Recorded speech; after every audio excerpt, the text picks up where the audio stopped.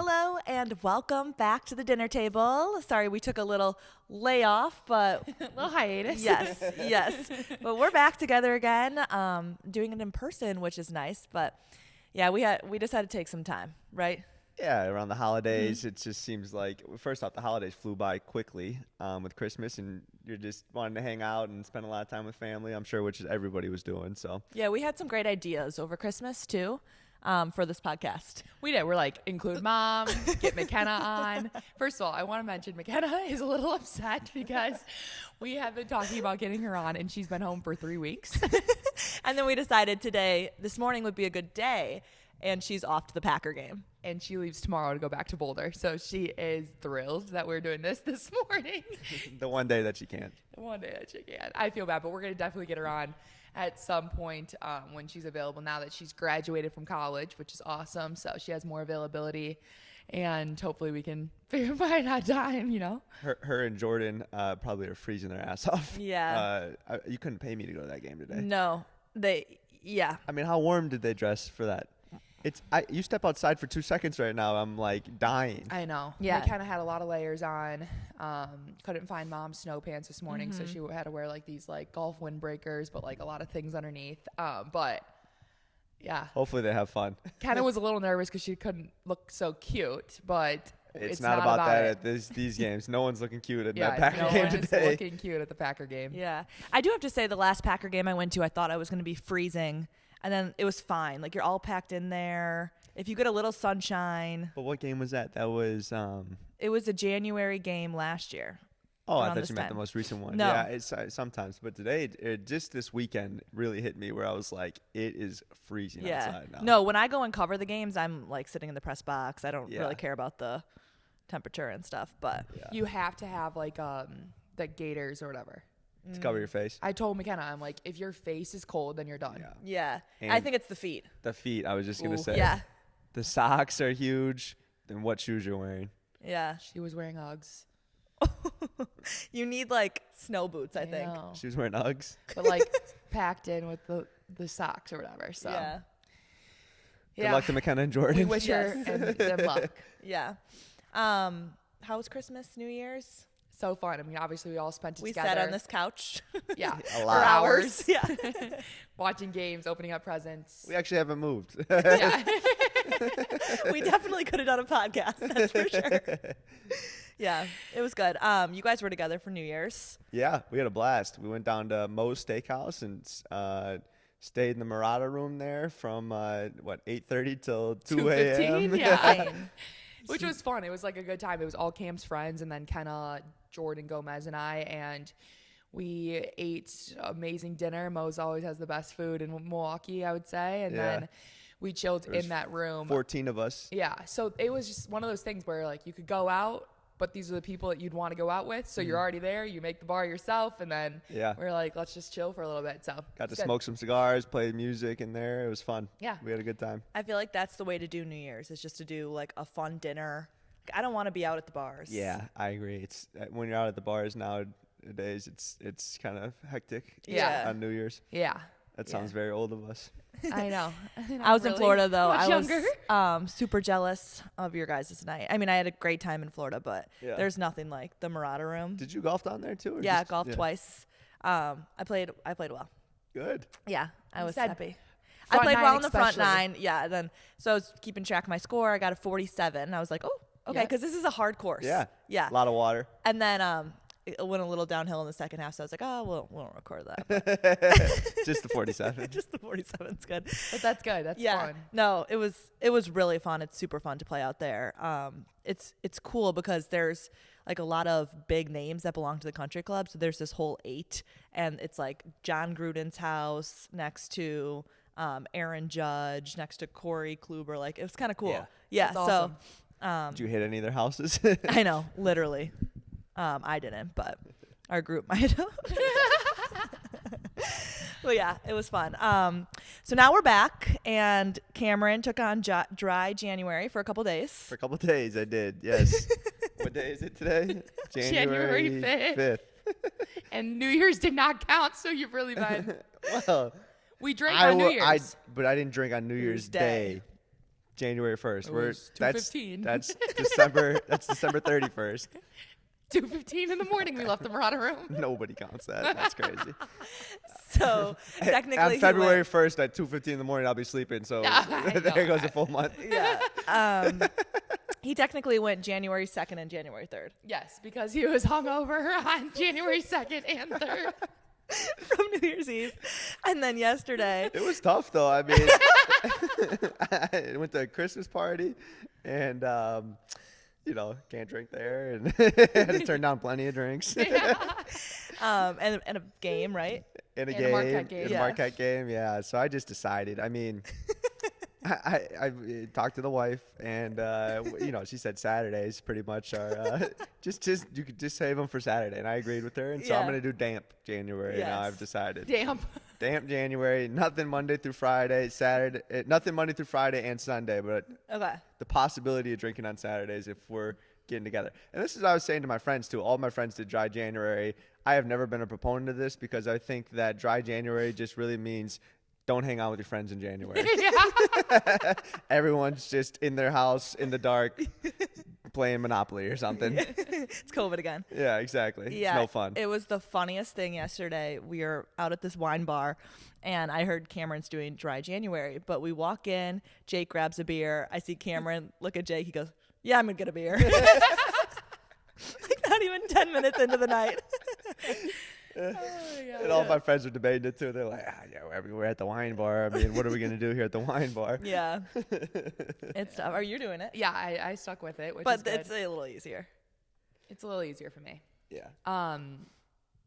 But like, still, it's a fun thing to do. So that's what's hard. Like, I kind of was like lame the other day. I got invited to go do like margaritas at Bel Air, and I was kind of like, well, I'm on dry January, so I don't know if I just don't even want to go there. The hard part is like you don't want to pass up on the fun things.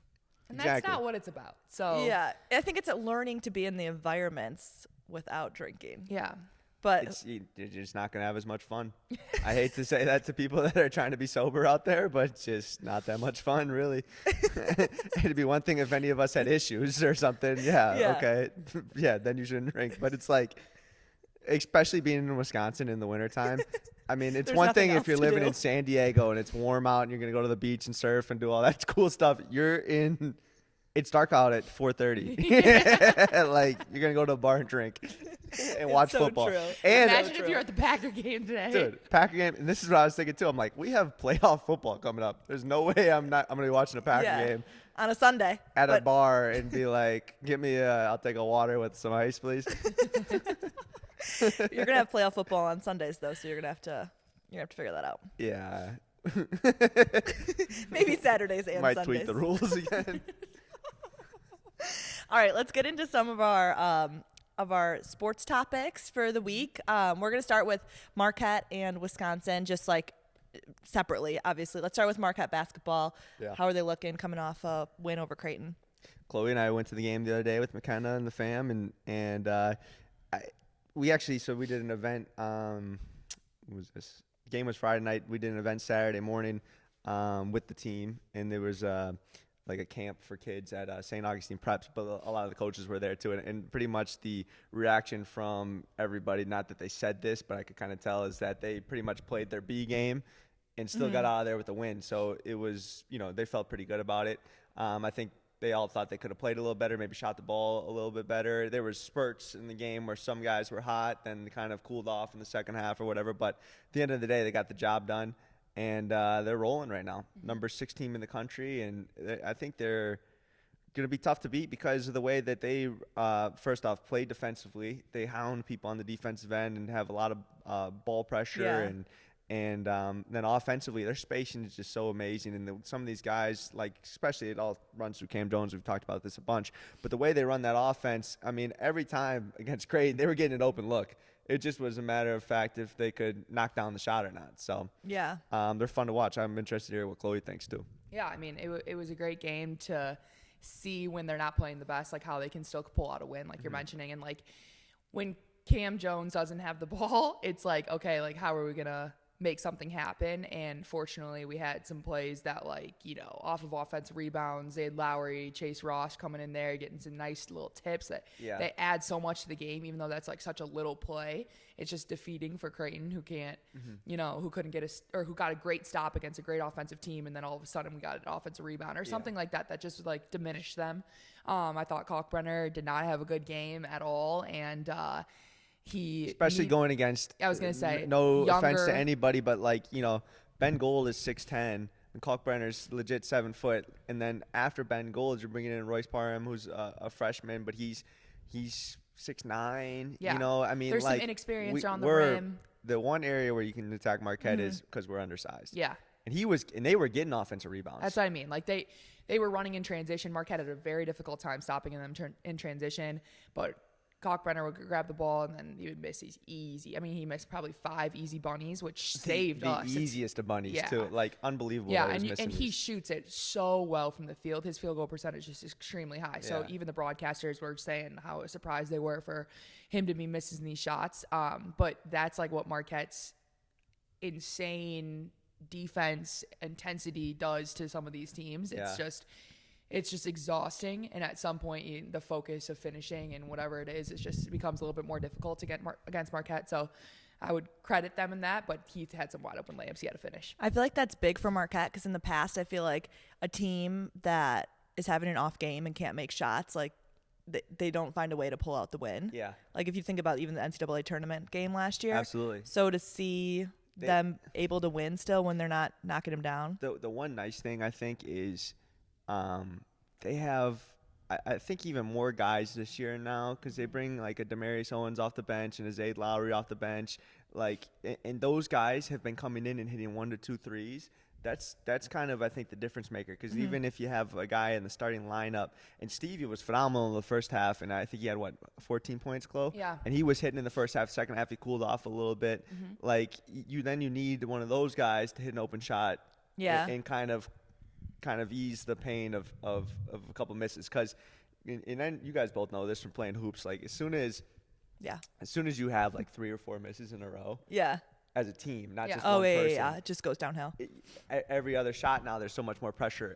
And Marquette gets wide open threes. Yeah, they do. They're not shooting a lot of contested threes. They're getting wide open ones. That throwback to Ben Gold or to Royce Parham, they could get that whenever they want to. And that's just saying, you got a wide open spot 3. Are you going to make it or are you not? Yeah. Stevie could have a wide open 3 pretty much every possession. And it's either he takes it or doesn't. But if he's hot, he's going to get that the whole game, and Creighton gave it to him the whole game. Yeah, it is such a balance of knowing the shot, whether to take the shot or to get a better look. Yeah. Because, I mean, that was like the hardest thing I had to deal with like for the first like 4 years of my career because you never know. There's, especially on a team like Marquette right now, there's always somebody to your right or left that can hit the bucket or can get a nice drive or an easy bucket. So there's always that, but the confidence in Stevie with a senior mentality to know that he's got to be the one that takes the shot.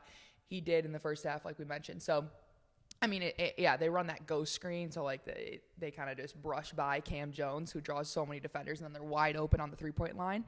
But I did think Stevie had a good balance, especially in the first half. We said, okay, that was good that he didn't, force it inside, brought it back out, got a better possession. But that balance is tough because all of a sudden you're like, shoot, now we should have shot that. Or yeah. I was just thinking of one thing because you mentioned Creighton's transition, and since McDermott's been the coach, they're known for getting the ball out so quickly. So when we would prep for them, when I was a player, as a walk-on or even as a GA, our scout team always loved it because it was like the most fun scout that we could run because we would do a drill where Tommy Gardner would start underneath the basket all the way down the other end, and everybody else, including the rest of the scout team, but all the defensive players, the actual scholarship guys, would be on the baseline down here. And it was the most just unfair drill. I think Wojo did it just to over exaggerate it and just like let our guys know that you have to sprint back after a made shot. So he would give them the ball, like Zach would lay it in, and then we wouldn't even have to take it out of bounds. We could get it out of the net, and we would just chuck the ball down to Tommy, and it'd be a layup after layup, and the guys would have to then run sprints and stuff. And it would just be so funny, and they'd have to get like 5 stops in a row.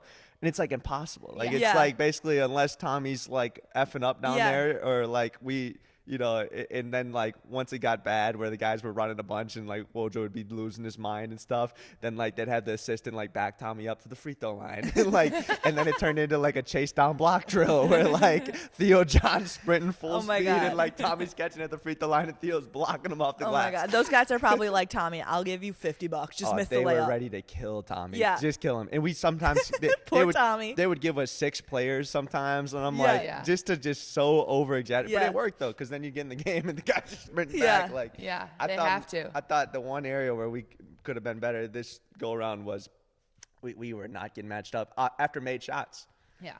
The issue is that Kalkbrenner doesn't really get in there for defensive rebounds because he's off in transition, and that's their advantage for them because now you said your guard's back typically on offensive rebounds. So Chase Ross or who else was another player Zayd sometimes was matching up with Ryan in the inside, which is impossible. Ryan, so first name basis. Yeah, we're tight. Ryan Kalkbrenner. Yeah. I'm like, who? We're pretty close. But yeah, so like then it would be wide open. But like we almost sometimes would have everyone back, and there was like no help for the guys in the middle. Whenever Ben Gold couldn't get to Kalkbrenner, it was over because they were just throwing that lob over the top, and he's that big. But he missed them, so that's why it wasn't over. Seriously, like he makes a couple of those. Marquette might lose that game. Completely different game. So. All right, and that's it for the dinner table. No, I know. Sorry, that was really giving a breakdown. That was a really breakdown. But one stat that I loved, I saw this on Twitter. We're gonna keep going. Yeah, we're gonna keep going here. Over the past 3 seasons, Marquette has only used 8 different starters. So Omax, Tyler, Oso, Cam, Stevie, David, Joplin, Ben Gold, and Chase Ross, and that's the end of the list. And 5 of those guys are returners, and 3 of those guys are in the NBA, which is cool. So it's that's Shaka's, stability, consistency, and stability. But yeah, only 8 starters he's used in the last 3 seasons. That is amazing. Yeah, 5 returners, 3 NBA players. That's a good stat. Yeah. Stat of the day. Stat of the day. All right, we don't have much time to talk about the Badgers, but I just want to say that they put up 116 points. The women's team. No, the men's team. Yeah. You told me. No. Okay. You thought the women's team put up 116 points on Iowa? Yes. That's why I was shocked. The men's team put up 116 points against Iowa. Yeah. Carly, I was like, you know how good Iowa No, is? Iowa's like one of the best teams, right, in the country? Yeah. Yeah. Well, yeah, top 25, but I was like, yeah. No, okay. Sorry. We were confused last night. Okay, yeah. No, sorry. So it's still impressive. Yeah, but, sorry. The men's team, but the Iowa men's team isn't as good as the Iowa women's team, but still a good team. Put up 116 points. I just want to say, like, I feel like they look really, really good right now, and not just because they're hitting shots, but I just feel like they look so much better than they looked against Marquette, and I feel like it's a lot because of Nolan Winter. Yeah, I honestly have not watched too much of him, but he's just really developed. He's had like a bunch of games in double figures. I feel like he's gained a ton of confidence. And now they have this kind of like 2-man big game between Steven Krall and Nolan Winter, and they can both knock down the 3. Krall hasn't been shooting it that well this season, and so they have that, and then outside of them, John Tonje, John Blackwell, Klesmet, who are like, Klesmet's, his numbers are getting better and better, but they're like automatic from deep. So it's looked really good. And Blackwell just had a 32-point game, 6 3-pointers that we've kind of been waiting for that breakout game from him. So it's just interesting to see what they could be capable of. They have changed their offense this year into their motion is now. A lot of European teams do this, and like BYU does this, Gonzaga runs this, and basically like we tried to do it at Marquette for a little bit. We called it power, and basically it's ran with 2 bigs. So the 2 bigs stay in the middle of the floor, and they're just going from the top of the key down to the paint. They're switching like that, and then the ball moves to the wing, and basically they go into a ball screen. And I thought early on in the season, Wisconsin was going so much side to side, and they were missing a guy like Nolan Winter. So I think you're so spot on, because now when you have Nolan Winter and Krall in the game, those guys can go high-low to each other into the paint. Yeah. And that's what makes that offense good. Yeah. We try to do it at Marquette. We can never do it because first off, you need really good passing big men. And it just wasn't the way that we were running offense. We had Marcus Howard and like great guards. So trying to do that, we got out of it right away and went right back to our offensive stuff. But they've now figured it out, and they're scoring at a high level, and I think they're just going to get better and better with it. I think the interesting thing is this is how Michigan beat Wisconsin earlier in the season with like this, what you were just talking about. And I feel like Wisconsin now has adapted that a little bit more and like kind of looks like the Michigan team that beat Wisconsin. So I mean, if that's you watch, why all these teams are running it. Really. That's what we ran. Yeah. I mean, that's why Liza and I did so well because we could pass the ball to each other. We ran a ton of high-low things, ton of two-man sets, ton of, you know. Yeah, you guys were never a 4-man or a 5-man. You were a 4-5 always. If you're the first one down, you're in the 5, and then you eventually get to the 4 because of the reversals. Yeah. So, that was our offense. One more thing about them. They're playing at a way faster pace this season. I know you kind of have to in college basketball right now. Like, no one is the designated point. It's like whoever has the ball takes it up the floor. And, you know, I think that's – I mean, obviously they – like Blackwell primarily plays it, but you know Carter Gilmore's taking it up. Klesmith takes it up. Sometimes. Exactly. Yeah, they just go. They would never score 118 points even 2 years ago. Yeah, I thought you were gonna say against Marquette, but well, I'm just saying in general. Yeah, no, for they sure. Wouldn't have ever had enough possessions. I mean, it's the most points they've ever scored at the Kohl Center. So and the most points they've ever scored in a Big Ten game. 21 3-pointers. 118 is crazy. 21 3-pointers. And it was funny because Kamari McGee after the game, he's like, once we learned that Iowa didn't want to play defense, we just decided to outscore them. It was barbecue chicken from there. Yeah. It went viral because I think that's a lot of Hawkeye fans are like. Well, they don't play defense. Yeah, exactly. Though. I mean, that's been their MO. They always are scoring, and they shoot the ball well and run good offense. They don't ever guard anybody. Yeah, Kamari's like, we just had to play a little more defense than they did, and we were fine. So, all right, let's talk about, let's just keep on with Marquette basketball real quick and go into Jimmy Butler and this saga, and then we'll get into a little bit of women's college basketball too. But so just to kind of give everyone a little synopsis of what's going on with Jimmy Butler and the Heat. The Miami Heat have suspended Jimmy Butler for 7 games for multiple instances of conduct detrimental to the team. They are listening to offers as far as trade offers for Jimmy Butler because he wants to get traded, but Pat Riley said they will not trade Butler. So let's just talk about some of the stuff Butler has said. He said he lost his joy and this is in a press conference, he said he lost his joy for playing basketball and was willing to restore it wherever that will be. When asked if that joy could be restored in Miami, Butler said probably not. And then he's just kind of like mad about his role, right? Like he's just saying he's not the guy. Which I have it's hard for me to understand because obviously everybody knows, and I'm sure Eric Spoelstra wants Jimmy Butler to be the guy, but I think Jimmy's taking it to the coaching staff right now and trying to be like, I'm going to go to the corner and not run the point. And he's doing everything he can to get traded. The thing about the Heat organization and Pat Riley is he doesn't play that game at all. Like, you know, a lot of these other organizations would say, okay, all right, well, you want to get traded, we'll try to figure out a trade for you and we'll get a bunch in return because you know, you're a superstar player. Yeah. Like Pat Riley doesn't care. He'd rather lose than do some stuff like that because it just has nothing to do with their Heat culture.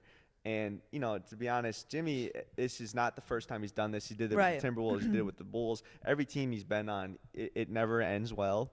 And at some point, Jimmy, you got to look in the mirror because, you know, you're being a big-time diva. Yeah. And, you know, just as soon as things don't start not to go well for him, it always seems to be this big saga where he's bringing everyone else around him down, and I'm sure he's no fun to play with. Yeah, exactly. Do you see the stuff with like Tyler talking about him after the game? Yeah, so it was interesting. Like Tyler Hero got interviewed in the locker room after the game. Right after. Saw that one? Yeah, right after the press conference. Yeah. And I mean, like he's kind of like answering the questions barely. Like he's really just not really giving anything to the interviewers. But essentially, they ask him like, does this surprise you? And he basically says like, no, it doesn't surprise me. But then they say like, is the joy lost for like everyone or whatever? And then Tyler's like, I mean, I'm having a great time. He's like, I love it here. I love it. I'm enjoying it. Like this is the time of my life, like whatever. But he's obviously having a great season and doing extremely well. But Tyler and Jimmy have played together for 6 years and they've had a good relationship in the past. So everyone was tweeting and saying that this is a locker room breakup and this and this. So I would be interested to see how like the players are reacting to this because Tyler didn't seem like he was having any of it, honestly. I think everybody knows or at least who's played with Jimmy, like this is Jimmy being Jimmy basically. Yeah. And it's not like this is the first time in Miami where there's been, turmoil. Jimmy, I think, what was it, last year or the year before, got into Eric Spoelstra's face and they got in a fight on the sideline. And then Udonis Haslem was saying, like, I'm going to F you up and all this stuff. I mean, it's just like every year with Jimmy. Right. To the point now where you're like, I mean, who's going to be on your side? Yeah. No one's going to be on Jimmy's side. And he's a Marquette guy, but honestly, I mean, he hasn't done anything for Marquette. Yeah. I mean, since he went to the NBA. Talk about a guy who Does he even come back for the games? Talk about a guy who came to Marquette and coming from Tomball, Texas. He was in JUCO. Buzz Williams brings him here and, obviously gives him an opportunity. And Jimmy took advantage of the opportunity, but he didn't ever come back. Yeah. I mean, all these other guys from the NBA come back. Mm-hmm. Right. Jay Crowder would come Wesley. back. D. Wade comes back. He posts on his Instagram all the time about Marquette. He's talking about Marquette, this and that. Wesley Matthews, obviously. Marcus. I mean, Juan Anderson, Marcus. Every one of these guys, as a player, as a coach, I would see them at the L. Jimmy, you don't even hear him mentioning Marquette. So it's, it's what it is. All right, next subject. Let's talk about women's college basketball and just give us a breakdown right now for those who want to hear about the top teams. Who do you feel like could win the NCAA title and why? So I got 4 teams that I picked. I think 2 lock-ins that could be in the Final Four against each other to play for the championship or wherever the bracketology is made is South Carolina and UCLA. So South Carolina, I was able to watch them in Fort Myers. I called their game. They got so many pieces. South Carolina is South Carolina. They're not as big. Way to go out on a limb. Yeah. They're not as big as they used to be in the past, but they still, every single player is above 6 feet. However, the biggest team in post-wise is UCLA, who's got Lauren Betts, a 6'7" player. She played against Indiana a few days ago, had a phenomenal game against them. She's just unstoppable inside because they got so many guards on the outside that just give her the ball. She can finish. So as far as bigs, you're not really looking at South Carolina for their bigs. You're looking at UCLA for their bigs. Interesting. And Kiki Rice is their star point guard who kind of leads the team with everything. She's a beast. She's a beast. So I played against this team without Lauren Betts their freshman year. So when all these kids were freshmen, we played against them in the Bahamas, and we went into overtime with them in the championship game. And Kiki was a freshman, and I remember I took a charge against her. And usually, not to say anything about it, I'm usually one of the strongest players out there. And Kiki was a freshman, so I'm like, all right, I'm going to take this charge.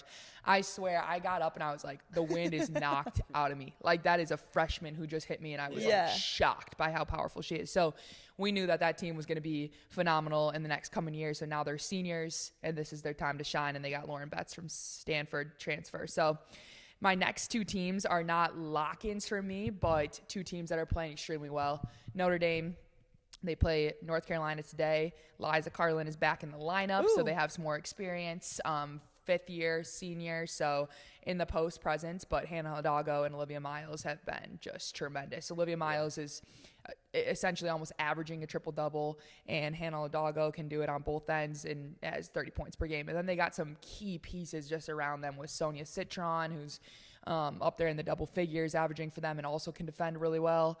And then Leah Tu King, who's got a double-double each game. So, they got a really good pieces. They're deep. Yeah, they're deep, but they're also injured.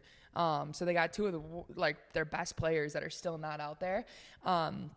But Liza fills that for them, knowing that these girls are going to be injured in the season. So, so that's a phenomenal game. And then my last one is Texas. So they got 1 loss, and that's to Notre Dame. And they lost by 10, but their best win is Oklahoma, who was 9 in the country at the time, and then West Virginia, who was 12 in the country at the time.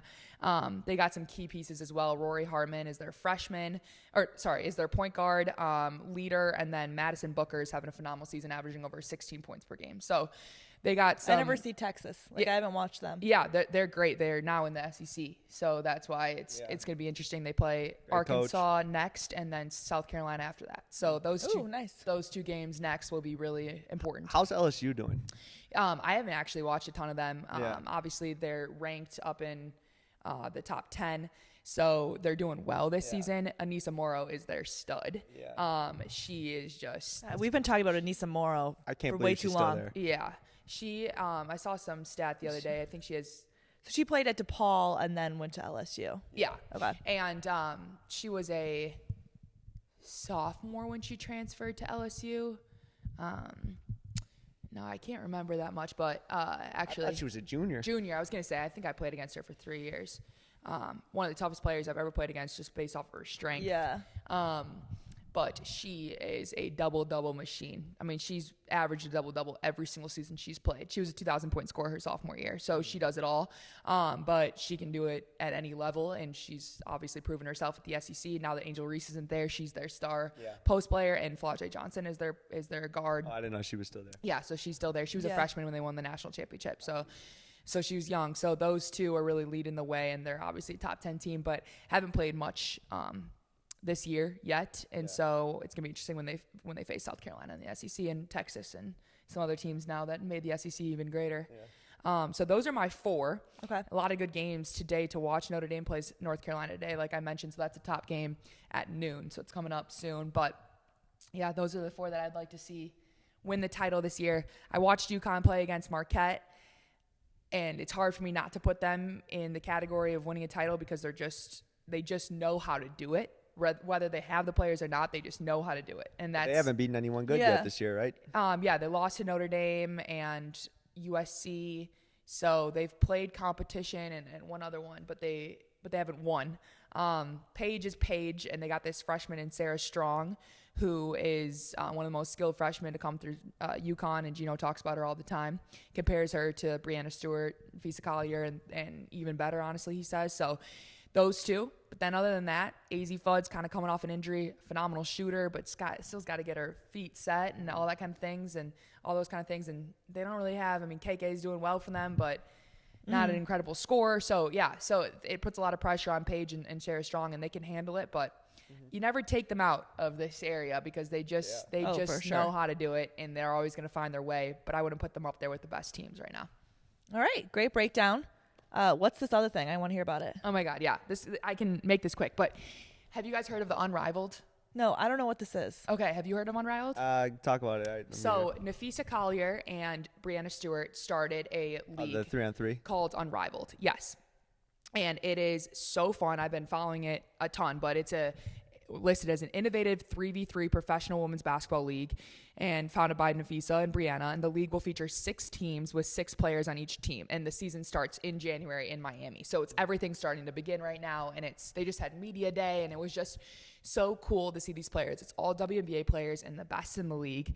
And it'll be on TNT. Yep, be on TNT, sweet. Which is awesome. And then, there are a ton of games. And then the games are about an hour long. There will be 4 quarters played with game clock and shot clock. And then the format is basically there's 9 weeks of the total play, including playoffs. And the 6 teams will play in a round-robin schedule. The top 4 teams in the standings at the conclusion of the regular season will make the playoffs. Okay. However, the most interesting part is they have done above and beyond what the WNBA does for these players. So according to recent reports, the average salary is around $222,000, which is significantly higher than the WNBA's maximum salary. Each player is guaranteed to earn 6 figures at the end. Is it just because these players are the best in the league playing in this? Well, it's not ran through the WNBA at all. So these are different. It's different. Is Caitlin Clark in it? No, she's not. But a different organization of. Why is Caitlin Clark not in it? I know, She chose not to play. She must have just chose not to play. Yeah. Is it Rike? Let me see. Rike.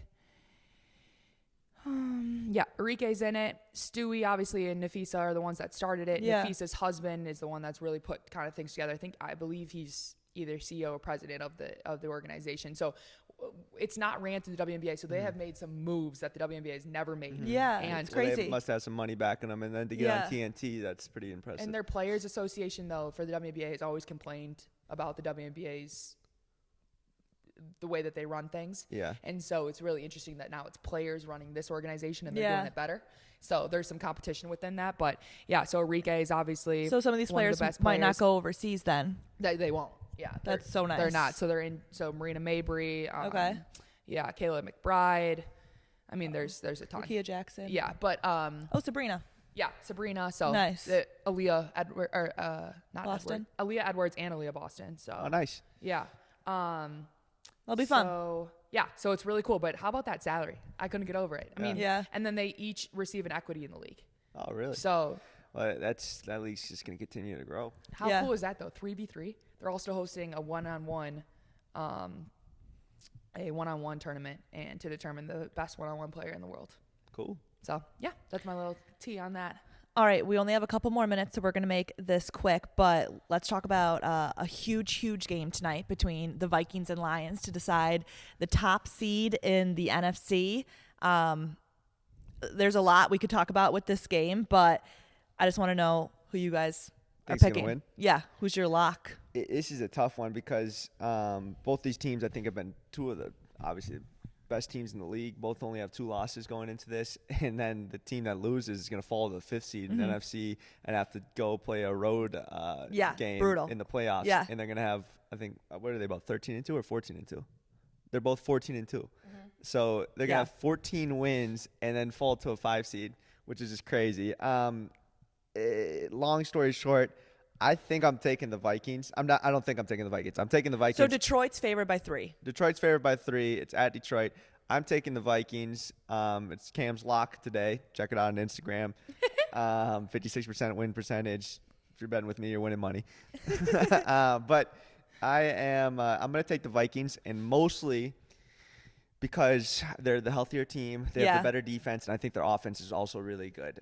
I think the Lions, when healthy, are the best team in football. They're just banged up right now, especially on the defensive end. So it's like they come into this game, they know they're going to have to score 35 points to win because their defense is going to give that up.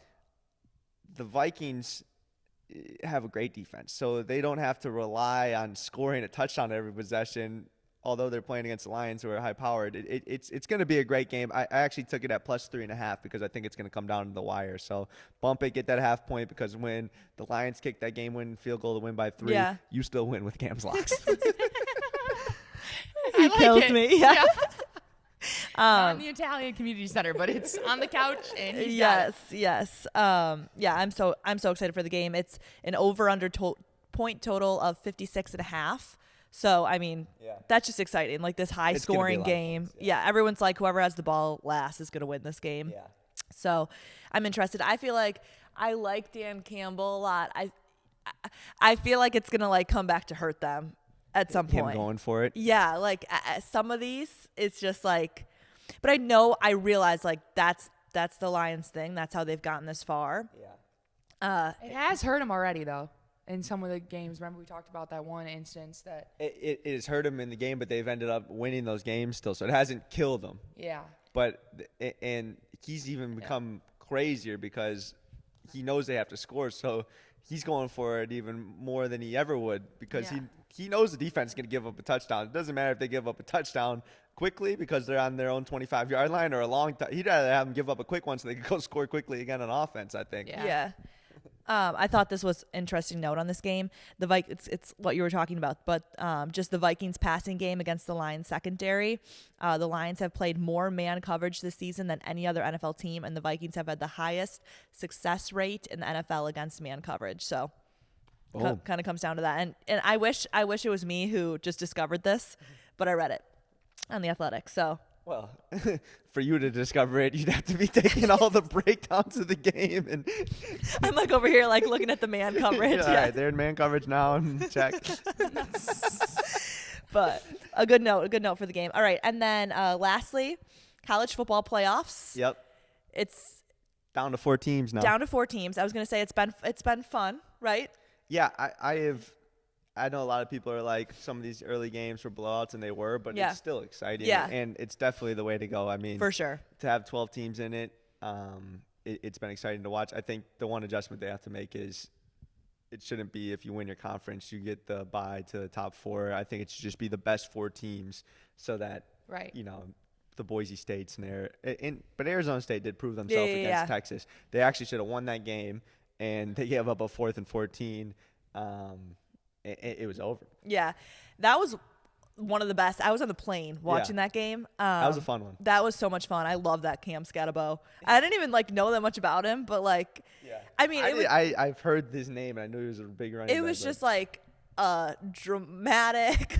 Like it was like a movie watching this kid. Like he was like dead on the sideline. Throwing up, coming back in and running people over. Yeah. Oh, now he's throwing a touchdown pass. And then It was like kind of wild. I'm like, it was legit like a high school football movie where Yeah. you have like the one star player that's doing it all. Yeah. Like, and then he's celebrating and stuff. yeah. Well, how about he was the MVP? Was he? They lost. Yeah. No, but they lost. Yeah. They never give the MVP to the losing team. Yeah, that's true. So he's giving like the post-game press conference, and the coach comes in to give him the trophy. Huh. That's cool. He First time he ever. had to have gotten it. I mean, the way that he Yeah, that game was all 100%. about him and basically about him and then Texas folding kind of. Yeah. They too. called MVP at 7 minutes left in the game, they said. Oh, really? Yeah. So they declared him Oh. as MVP 7 minutes left in the game. That's funny. Who do you guys think's gonna win I it was all, gonna though? say who's gonna win it. So we have Thursday night game Notre Dame against Penn State, and then Friday Ohio State Texas. Taking the Buckeyes. I took the Buckeyes before this happened. Yeah. And I got a pretty good wager on them. So I'm sticking with the Buckeyes, and I'm feeling pretty good about it right now at this point because I think they're the best team left. But obviously anything can happen. I just want to take Notre Dame Yeah, because I mean, like, I think they have the second best odds. yeah, and in all honesty, it would be phenomenal for my best friend Liza to experience that at Notre Dame. Even though she just got to Notre Dame. But in reality, I love the odds of it, but also the fact that they lost to NIU in the beginning of the season, and now they're in college football, like the Final Four, and it's all exciting. And Yeah, they had quite the story's good. turnaround this year. Yeah, How about for the Walsh family? for the Walsh family. They're huge, Notre Dame. Really? Yeah. Well, I forget. Kevin's gone to every playoff game. He's Wow. gonna go down to Miami. He was just in New Orleans for it. Big donor, and then their whole family obviously Irish, so they are big Notre Dame fans. They don't like when I put give my locks against Notre Dame. Yeah, yeah. And Michigan, I mean, I was thinking about how like Ohio State, obviously if they win it all, it's still like they have this like Lost to blunder. Michigan. Yeah, this Michigan loss, Where but Michigan could be, like, Michigan's we're national looking champs. better and better right now. But Well, because they beat Alabama. yeah, Yeah, they are. And that was a lock that you Yeah, that was bad. That was didn't go well. wasn't it like 26 points or something crazy like oh my that? God. These bowl games were tough to pick because you just didn't know which team was going to come in with more like Yeah, who cared more? Who had a higher care factor. Yeah, And clearly Michigan did, but yeah. yeah, so that didn't work out well. All right. Well, that is it for the dinner table. Thank you so much for listening and watching. We'll see you next week. Subscribe. Subscribe.